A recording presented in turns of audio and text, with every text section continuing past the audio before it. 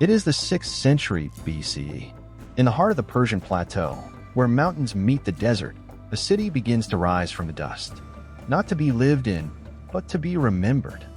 A city forged in stone, crowned with gold, and guarded by fire. Welcome to the story of Persepolis. Its story begins in the reign of one man, King Darius I. Around 518 BCE, he ordered the construction of a city unlike any other.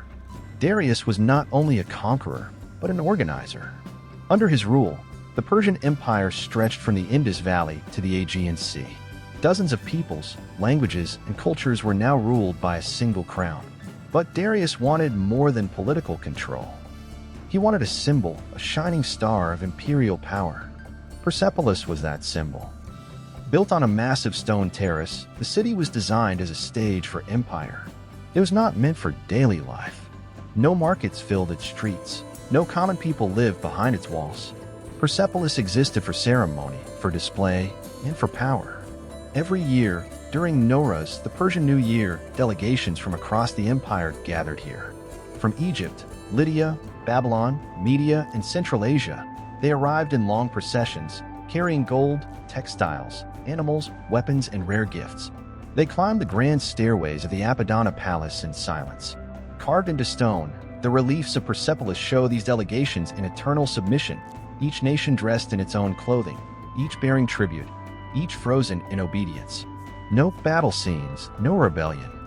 Only order. This was imperial propaganda, written in stone. Under Darius and his successors, Xerxes and Artaxerxes, the city grew into a masterpiece of ancient architecture. Towering columns rose like forests of stone. Palace walls shimmered with colored tiles. Gold and silver decorated halls where kings received the world. Fire burned constantly in sacred spaces, reflecting the deep influence of Zoroastrian belief, where light symbolized truth and order opposed chaos. Here, the Persian king was not only a ruler, he was the guardian of cosmic balance. For nearly 2 centuries, Persepolis stood untouched, until one man arrived with fire. In 330 BCE, Alexander of Macedon, whom history would call the Great, entered the city. By then, the Persian armies had fallen, and the royal road lay open before him. Persepolis did not fall in battle. It was surrendered.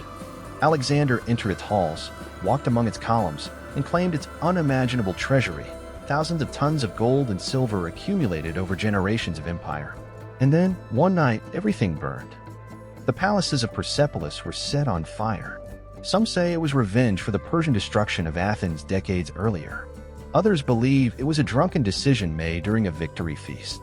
History does not give us a single truth, only ashes.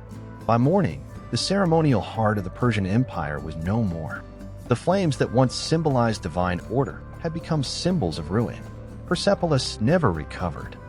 The empire itself would not survive Alexander for long. Over the centuries, sand and silence buried the city. Locals whispered legends of cursed ruins and ghostly kings. The memory of Persepolis faded into myth, until explorers returned. In the modern era, archaeologists uncovered the terraces, stairways, and reliefs once more. They read the inscriptions of kings long dead. They revealed what fire could not destroy: identity. Today, Persepolis stands as one of the most powerful ruins on Earth.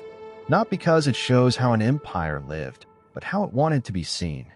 It was a city built for eternity and destroyed in a single night. Persepolis reminds us that power can rise to the heavens and still vanish into dust.